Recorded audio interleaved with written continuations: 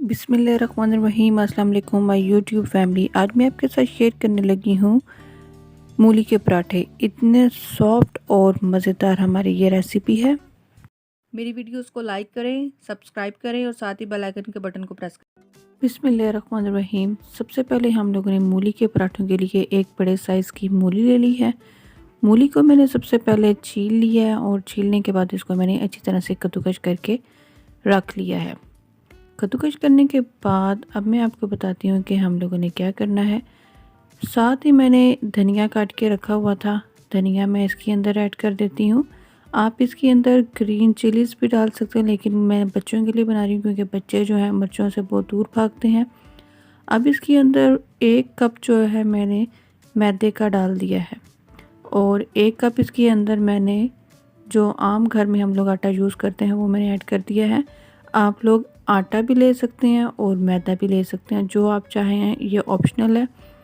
तो अब इसके अंदर हम लोगों ने 1 चम्मच जो है सुरख मिर्च डालने लगी हूँ और 1 चम्मच इसके अंदर मैं नमक ऐड करने लगी हूँ।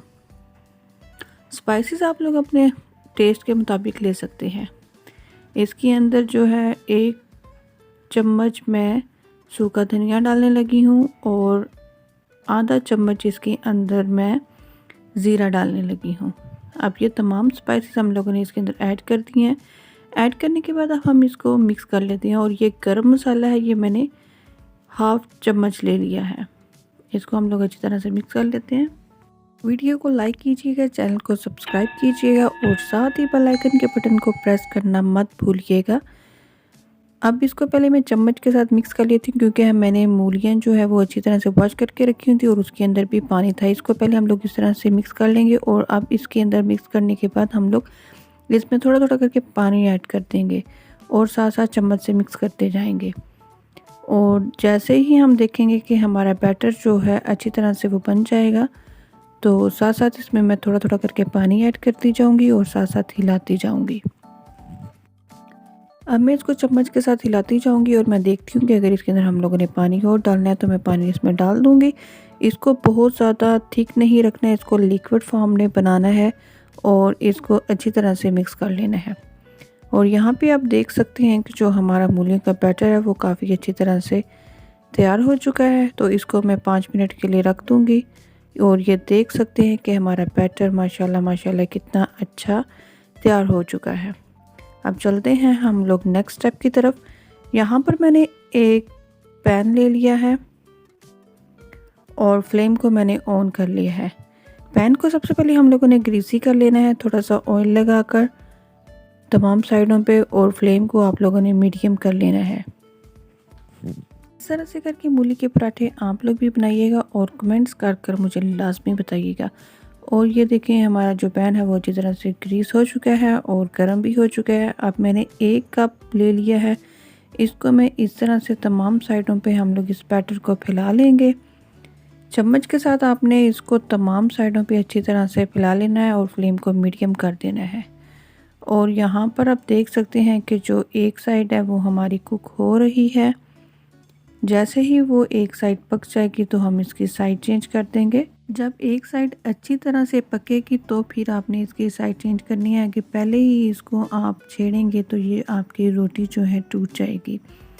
और यहाँ पर आप देख सकते हैं कि जो हमारी रोटी है वो एक साइड से बहुत अच्छी तरह से पक चुकी है। तो अब मैं इसकी साइड चेंज कर लेती हूँ। बड़े आराम से प्यार से आपने इसकी साइड चेंज करनी है।